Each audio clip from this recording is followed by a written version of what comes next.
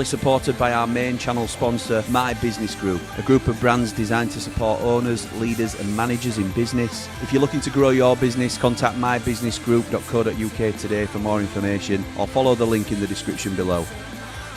And as this is hot off the presser, we're proudly sponsored by High Point Access Limited, your number one stop shop for all your working at heights and roofing needs. If you mention the Ramble when you're asking for a quote, you'll receive 10% off any works. Find their details in all the links below. Thank you to High Point Access Limited for your continued support of the Blades Ramble. Blades fans, subscribe to Blades Ramble. Up the Blades.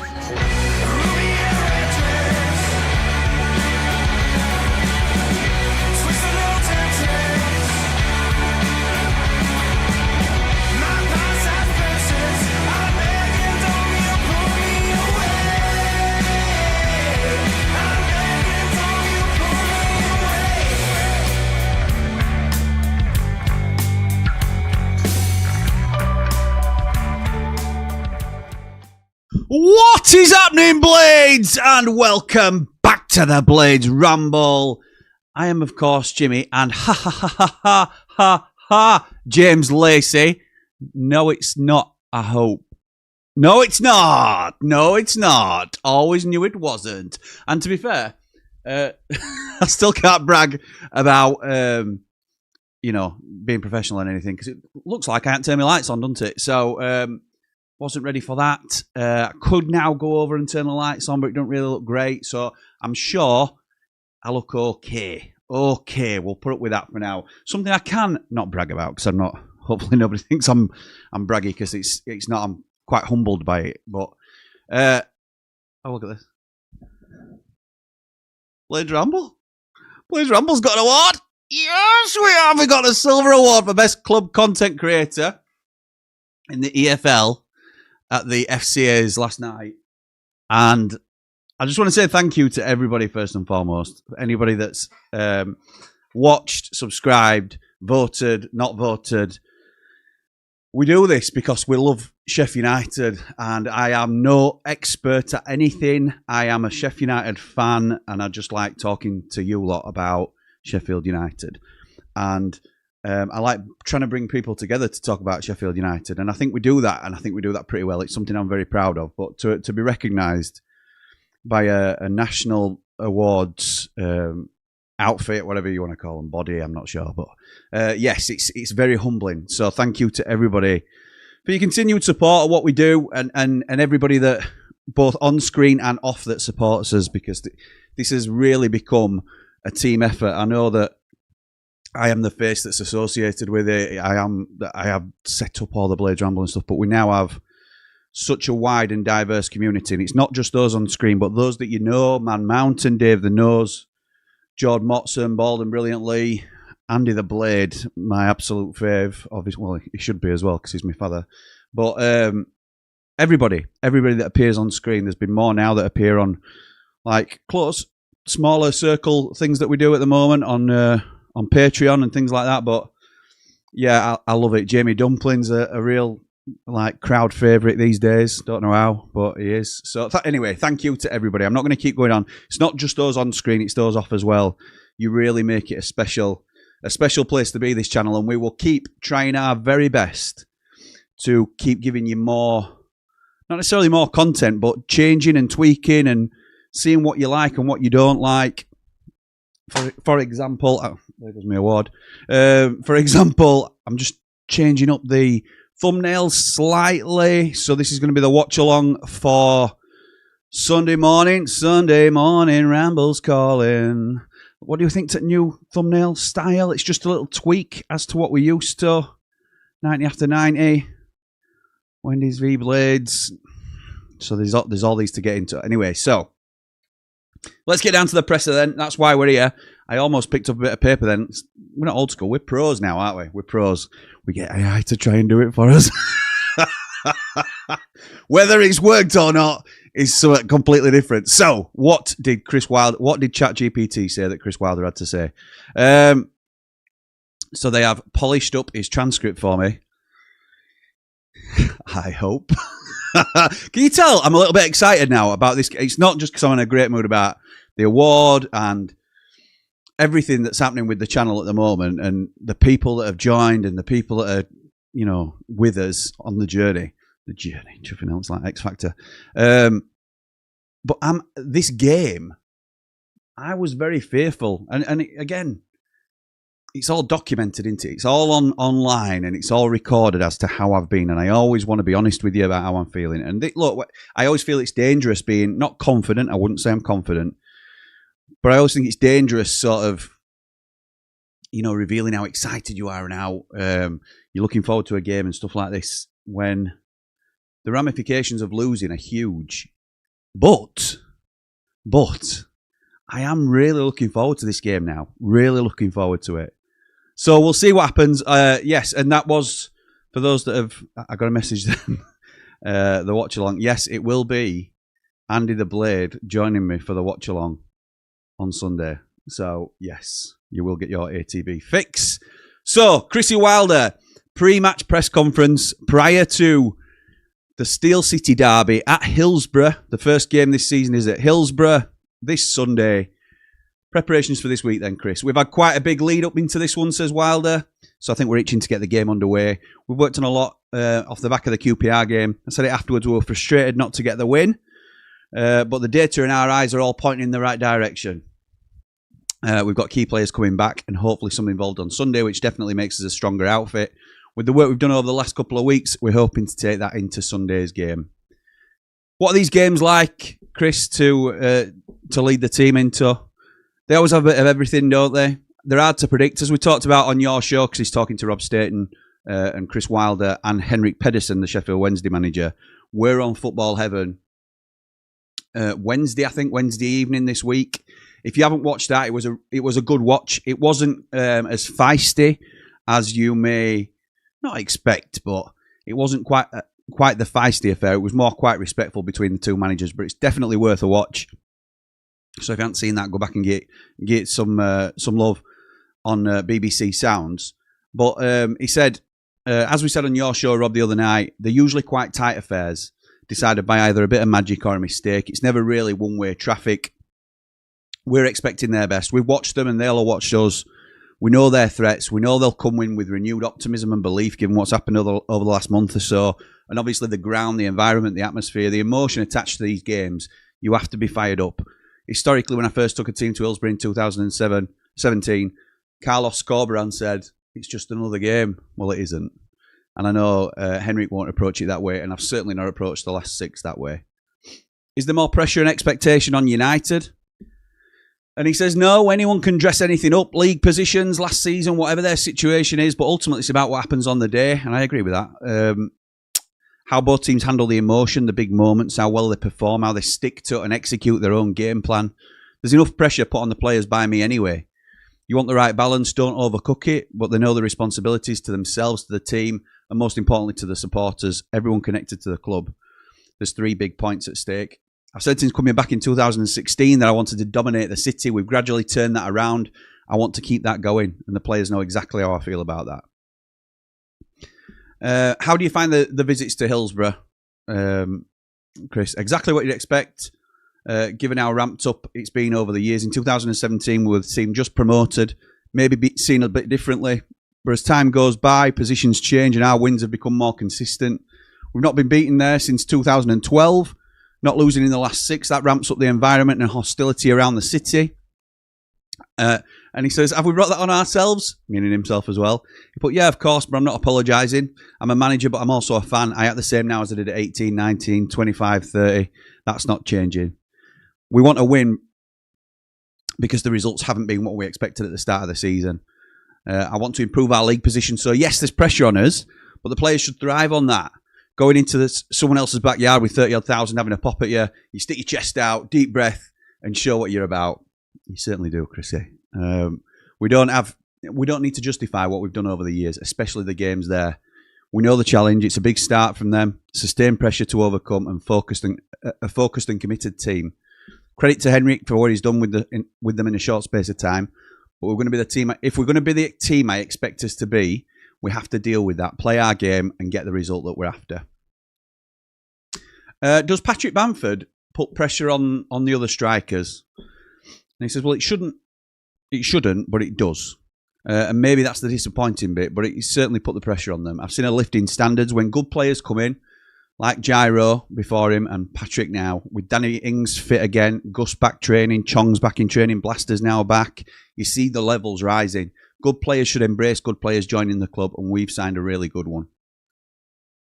Danny then mentioned previous strikers joining from Leeds and going straight into a Steel City derby. Bobby Davison is the name he's referring to, obviously.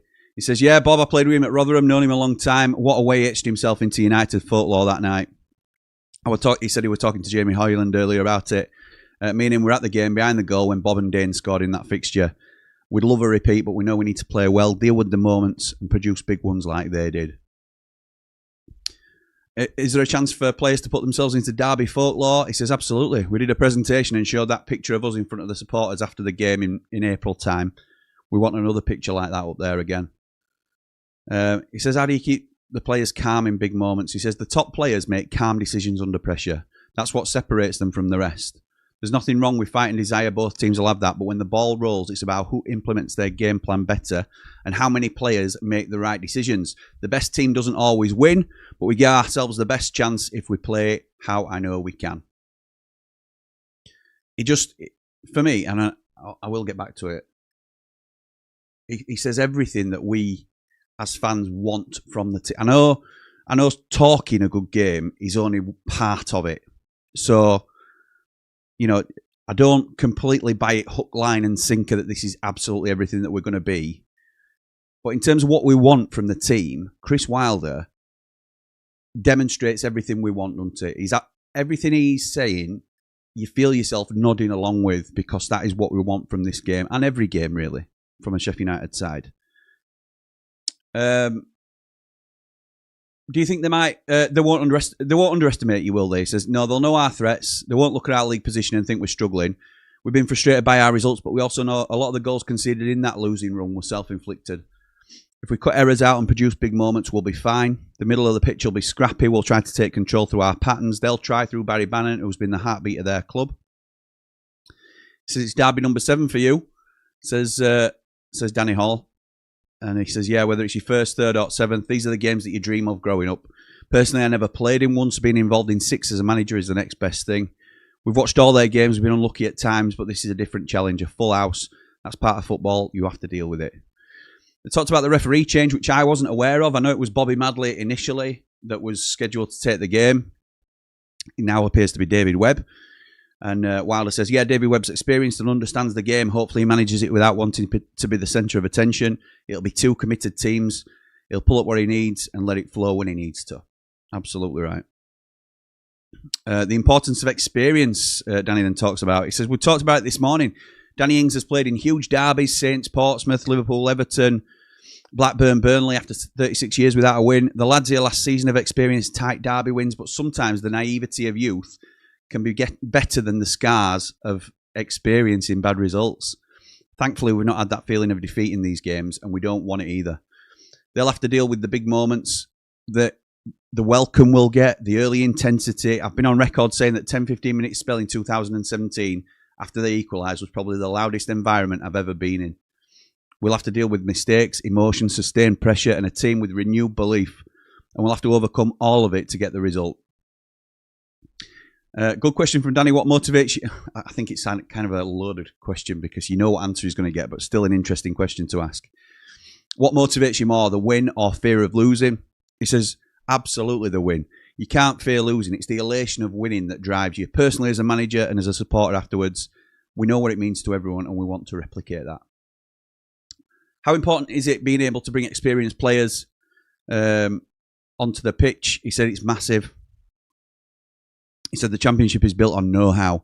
The team that started the season isn't the one we're trying to build now. In attitude, culture, everything. Look around the league. The top teams rarely have loads of young players. Ours last season, the Hamer types, they grew, but it's usually experienced pros that carry you. Having the likes of Danny, Ben Mee, Tom Davis, Pat, they show the younger lads how to work, behave, look after themselves, the extras that they do. There's a reason they've had top-level careers. The calmness and confidence will be huge on Sunday. He was then asked about, excuse me, he was asked about Pat Bamford's fitness. He says, yeah, he's fit. He says, I think there's been a lazy assumption that he's struggled for the last 2 years in terms of fitness. He hasn't. He's had a couple of injuries, but he was available for 37 games for Leeds last year. He didn't get in the side because they were flying. His situation this season was about he had a few bits to sort out at Leeds United. That's why he didn't get a club at the beginning of the season. Then he's been he's been with Coventry for the last month or so, and he's had a really positive time. Frank Lampard gave him a great recommendation to me. A proper number 9 is huge for me. Without one, teams pressing us means we could only play one way. Pat gives us options. He holds it up. He runs the channels, linking play and being a presence. He's settled in really quickly. He played 45 minutes on Tuesday night for the 21s. He trains well. Can he play 3 90 minutes in a row? No, I don't think he can, but we'll manage him in that respect. But he'll be on the pitch on Sunday, and I won't be surprised if he starts one of the next 2. Interesting. Really, he clearly thinks very highly of Pat Bamford. Danny then asked him about number 9s being back in fashion. He says, yeah, they're hard to find, especially English ones. We've got a young one learning the job. Will be good for us. He's not English, he's British, but he means Ryan O'Neill. Both number 9s are crucial. Look around the Premier League. Arsenal, Newcastle, Brentford, Brighton, City, proper strikers. I've always loved a number 9 because it gives you the option to play 3 different ways through, around or over. We don't want to be stuck playing one way. He talked about Arsenal signing Gyökeres. He talked about Haaland having a decent 9 as well. Decent. Erling Haaland, one of the best players in the world. What about balancing and managing players' minutes? Danny says, that's part of the game now. We've had to manage minutes, especially around the 60, 65 minute mark. It limits late changes, but if we gamble and push someone too far and lose them to injury, that's worse. Especially going into Christmas, we need as many people fit as we can. But yes, all the players we targeted for this game are in contention. Do you learn more about the players in derby games? He says, not really. I know these players. I'm getting to know these players. He says, I know Ben Mee, Danny Ings, Pat Bamford, Gus, Tyrese. I don't need to learn about them. It's a derby. Motivation shouldn't be needed for any professional game of football.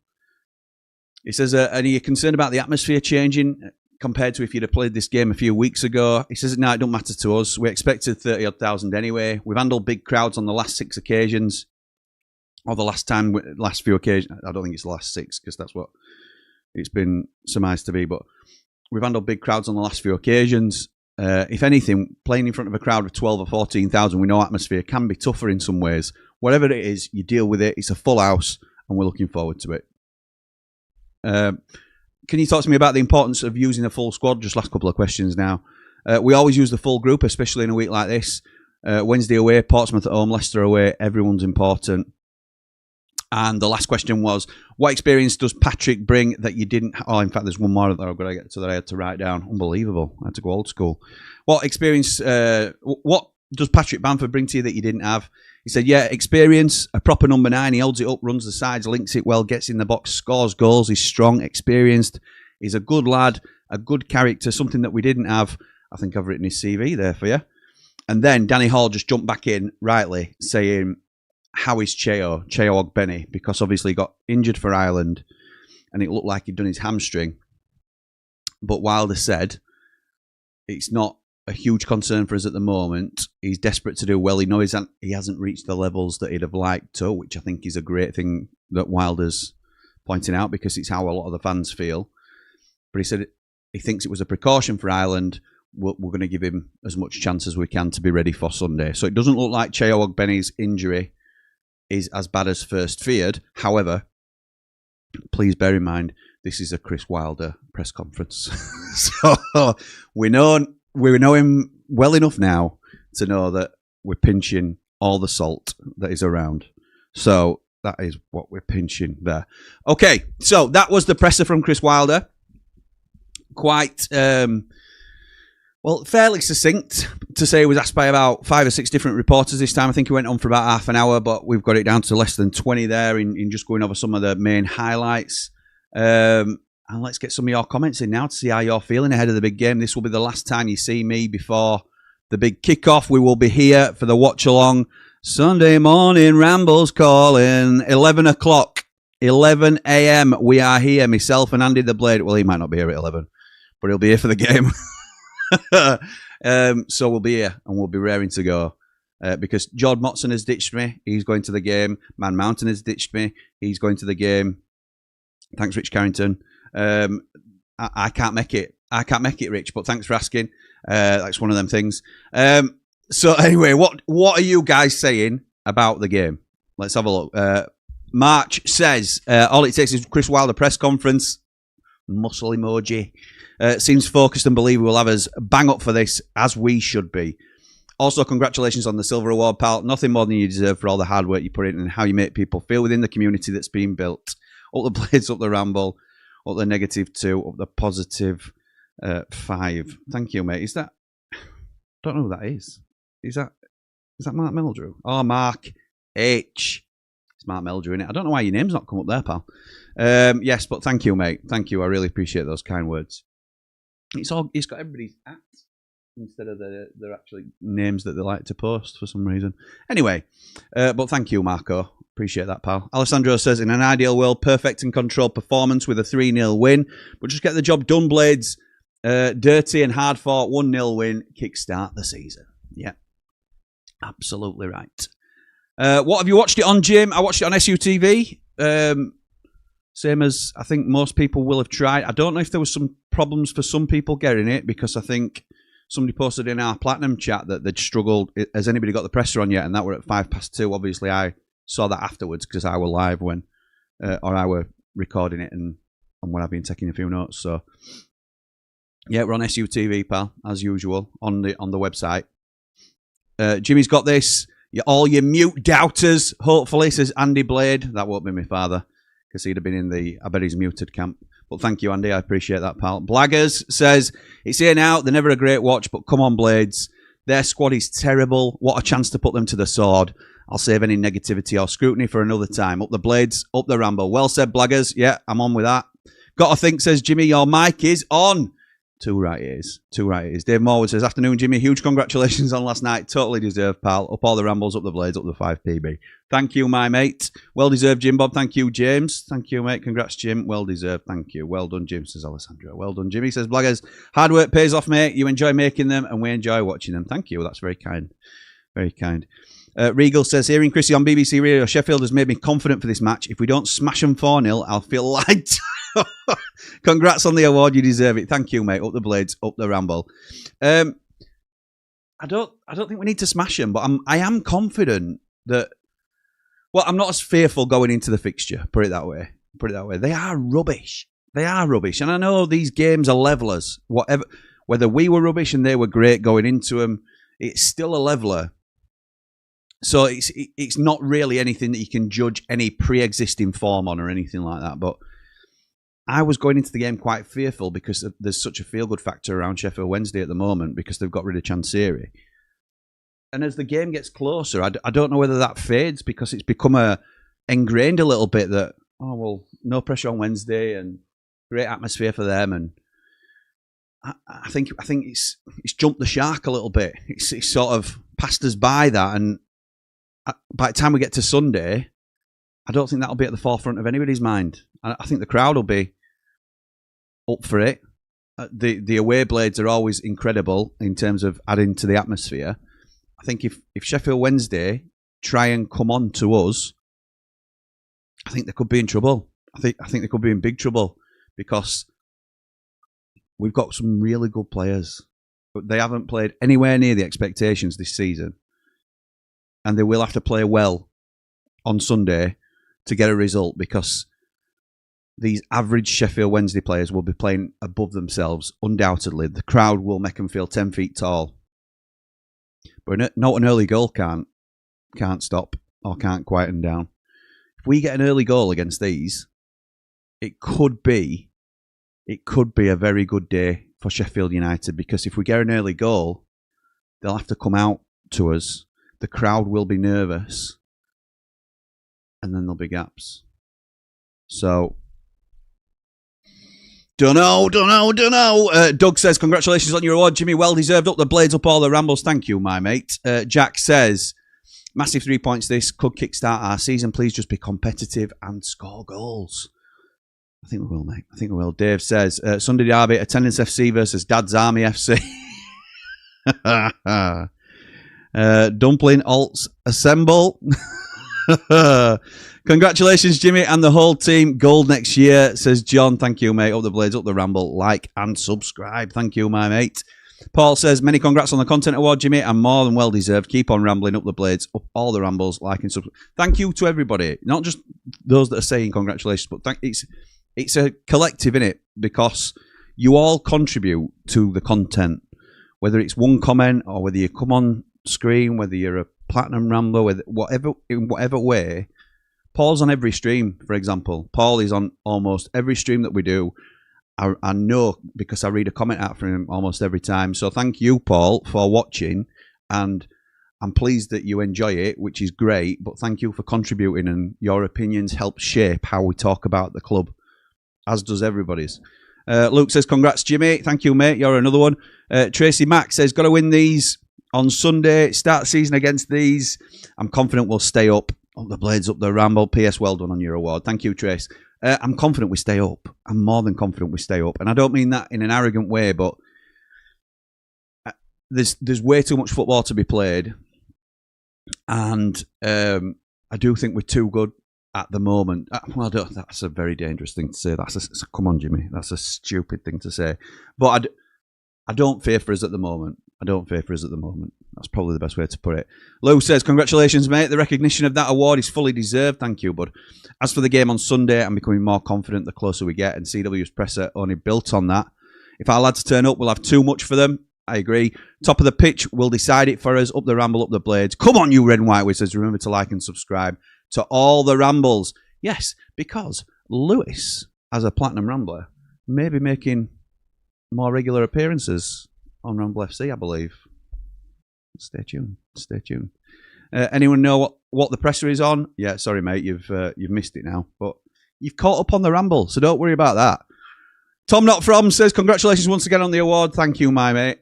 There's a reason you won it, no matter how much you don't want to admit it. Thank you. It's what am I supposed to say to that?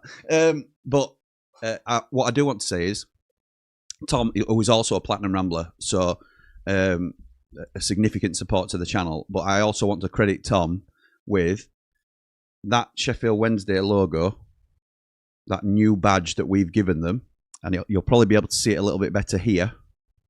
Sordida Porcos. That badge was designed by Tom Not From Barnsley. What a ledge. Thank you, my mate. He's for all the Platinums as well. Tom's just recorded a Meet the Plats. There's a backlog of them, though, so his will be coming up in a little while. I can't remember who's next up. But thank you to everyone that's done those as well. Really enjoyed those. Yes, Joe says, congrats, Jim. In terms of hearing our blaster is back in the fold, would you slap him in on the bench? Imagine the scene seeing us up a few with 5 to go, and he comes on and takes the armband. This is really tricky for me. Really tricky, because Ollie Arblaster could well be my new favourite player. I love Michael Cooper. And I still think he's probably my current favourite player. Ollie Arblaster encapsulates everything about us Blades, doesn't he? He is a boyhood Blade. He has played for the side now. He's worn the armband. And for me, I hope he retains that club captain responsibility. I don't think Tanganga's a natural captain, if I'm honest. It's not a big deal to me. It's not something that I'm really concerned about, Tanganga wearing the armband. But I think when Ollie Arblaster is back in the first team fold, he should be wearing it. So in that respect, it would be a great boost in whatever form or fashion to see your captain back on the field. And I think it's a bit of a statement if he comes on against Wednesday. However, if we look at a longer term picture, and we are sensible about this, it is the most aggressive game of the season, these two games. The Hillsborough and the Bramall Lane clash will be the two most aggressive games. This is the game that he got injured in last time, because, not necessarily because emotions got out of control, but there's probably a slightly higher risk of injuries occurring or harder tackles happening in a game like this. I would rather he not play and then have a stronger chance of being fit to come on for half an hour against Portsmouth than to come on for the last 5 minutes and we all have a oh no, time has stopped moment where he gets clattered and goes down. And he might be all right. Hopefully, obviously, will be all right. But I don't know whether it's worth taking the risk, is the honest answer, Joe. But I don't know where he is in terms of his recovery. If he'd have been fitter, I don't think he's played in any 21s games. We have heard that he may have played in a behind closed doors game recently, which is very encouraging if it's true, which we don't know. We don't know. Never claimed to be ITK. But we surround ourselves with the people we've got in the Platinum group. A lot of people know a lot of people, so you take it with a pinch of salt to a degree, but there's people I trust in there that I speak to privately as well. So we don't know, is the honest answer, how ready he is to return. I've gone all around the houses, and there's a reason I call it the Blades Ramble, because I give answers like this when I'm on the fence about stuff, Joe, but I'd love Arblaster back as soon as he can be, but I want peak Arblaster. And if that means waiting a little bit longer, then I'd rather wait and cushion him back in than thrust him back in just because of the occasion. Hope that answers the question. It probably doesn't. Big T says, now then, Jimmy lad, congratulations. Well-deserved 2-0 Blade. Thank you, mate. 2-0 Blades on Sunday, and you get a very over-the-top Big T. Let's have it. Big T, one of the people doing Ramble on the road for us on Sunday. Thank you, my mate. Ray says, congratulations, Jimmy. Well-deserved. I'm sure there'll be more in the future for this great channel. Up the Blades. Up all the Rambles. Like and subscribe. Thank you, Raymondo. Hope you're good, pal. James says, well done, Jimmy, for the silver award you received last night. You and the team are brilliant. Thank you for the show. Thank you. Up the Blades. Up the Ramble. Thank you, mate. Thank you. What about the change of ref? Says Day 1S. I don't know. I don't know why. It might be some info we can get off Gaz Dunn, the man in black, who is our resident ref, and I can relay that information during the watch along. I don't know the reason for the ref change. It might be an injury. It might be something as simple as an injury to Bobby or whatever it might be, or it's been reclassified as a game or something like that. I'm not entirely sure, to be honest. Wavo says, dreading this game. If I was going to go out, I was going to go out to watch it, but I don't know if I can handle it. You sound like me, Aunt Sal. Eki out Sal will no doubt be watching this from behind a sofa somewhere. So that's just how we watch like high pressure games, unfortunately. Jimmy Foster says, brilliant and well deserved recognition, Jim. Thank you, mate. Best wishes to Andy the Blade and Aunt Sal and your good self. Thank you, buddy. Hope we do the business on Sunday. Up the Blades. You know what, James? Since we moved away from you in the stand, I think my dad says he's not seen a United victory. So don't be surprised if we rock up there pretty soon and just come and sit with you again. So yeah, you may see us sooner than you thought. Joe says, just on a side note, do you think the derby this weekend has been a bit nicey in terms of their relationship, and also due to both teams' form? Do you think Wilder is playing his cards? I always think Wilder's playing his cards. I think he is generally respectful of their manager. From what I understand, they get on outside of outside of football. They get on, and as people, but he's been respectful to him. He don't always have to be on. I don't think we can question Wilder's feelings about the derby. Personally, I know what you mean in terms of they have been quite soft in the approaches this time, but it's also quite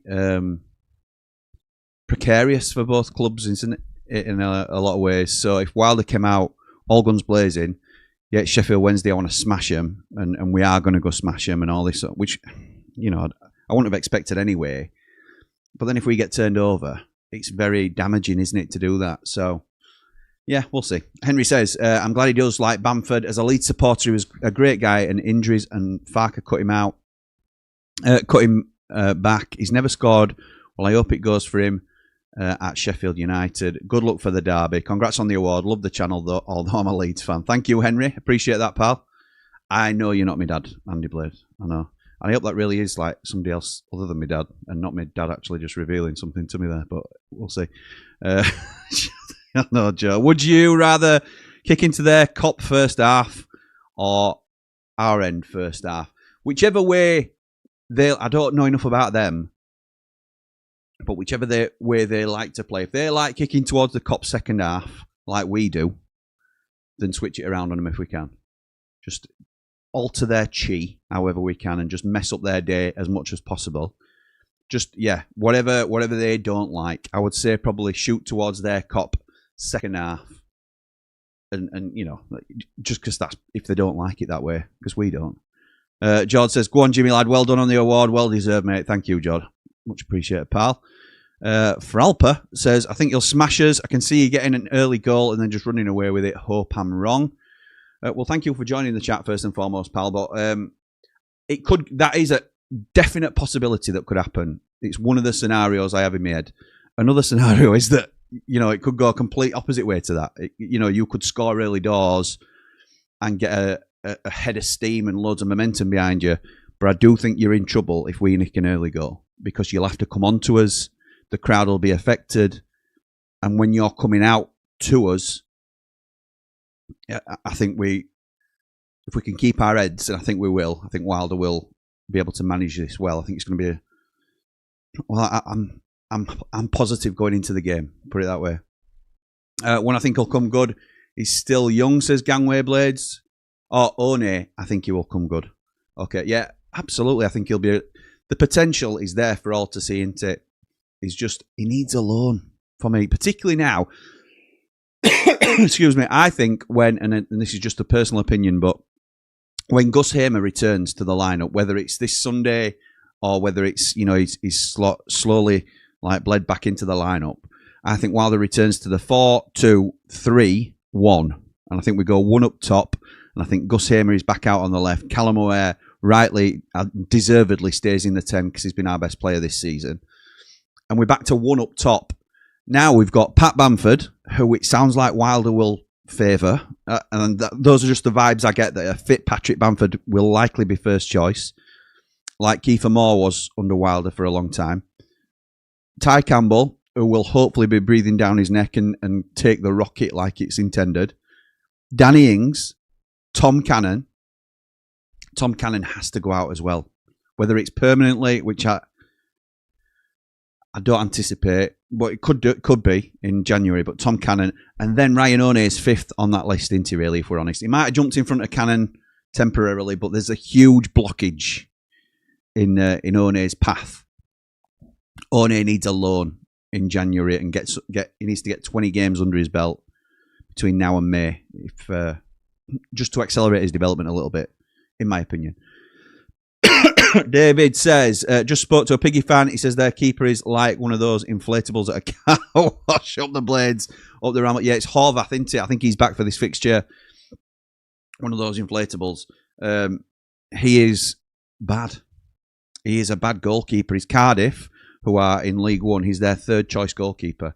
It's an emergency loan that they've got. And it's just a further indictment of how poorly run their club has been from the previous ownership, that they've had to stoop to those levels to get a goalkeeper. It's like we would fear if Adam Davis was in goal for this fixture, and this sounds an awful comparison. I don't mean it in any nasty way or anything like that. It's certainly not a personal thing, but if Michael Cooper was out of this game and we had Adam Davis in goal, a lot of us would be thinking, oh no, that's a weak link. Adam Davis is 20 times the goalkeeper of Evan Horvath. 20 times. And anybody can have a great game on one day. So I'm not counting him out. I'm not jinxing us. So he ends up being man at match or anything like that. But he's not a good goalkeeper. And there'll be other players like that in their side.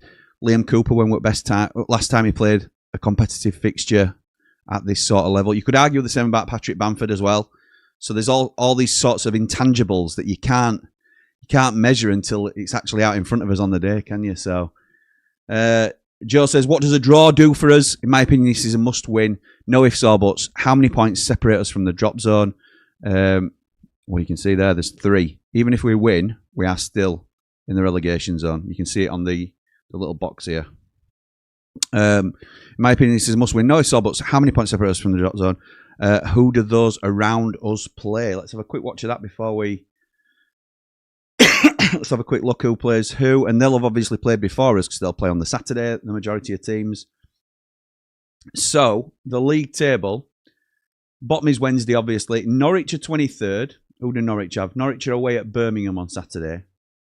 And Birmingham are 11th. Oxford are 21st, who we're obviously trying to catch. And Oxford are at home to Middlesbrough, who are 2nd. Then it's Portsmouth in 20th. And they are at home to Millwall, who are 6th. And we also play Portsmouth on Wednesday. So it could be a huge fixture, that.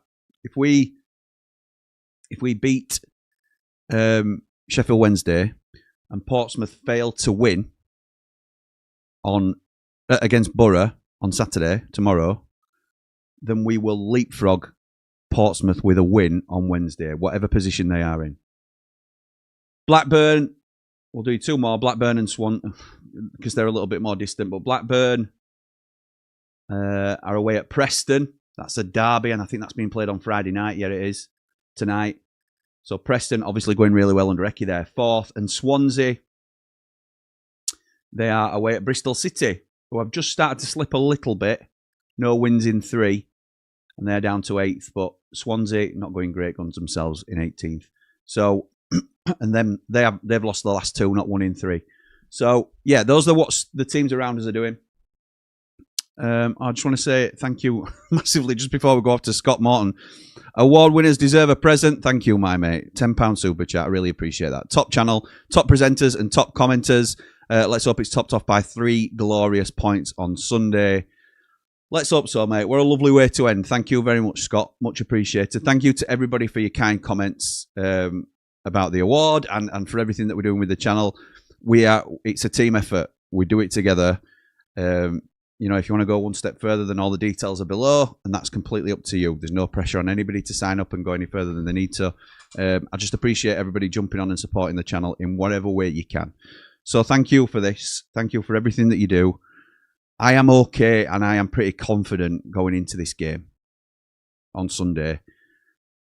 I would never be overly confident and say we're going to go and we're going to beat them. We're going to, you know, it's going to be comfortable or anything like that. 'Cause I'm still nervous about it, but I'm excited for it. I'm excited for it. And I thank people like Man Mountain and other people that are like Dave Moore with Mr. Vancouver who are more positive about these games. Lewis, Brett, not necessarily my dad. We'll see how he feels on Sunday, but giving me a more positive outlook. And that is, again, something we try and do is balance out our opinions on it. So join us for the watch along if you're able to. If you're not going to the game, myself and Andy the Blade will be here from 11 on Sunday.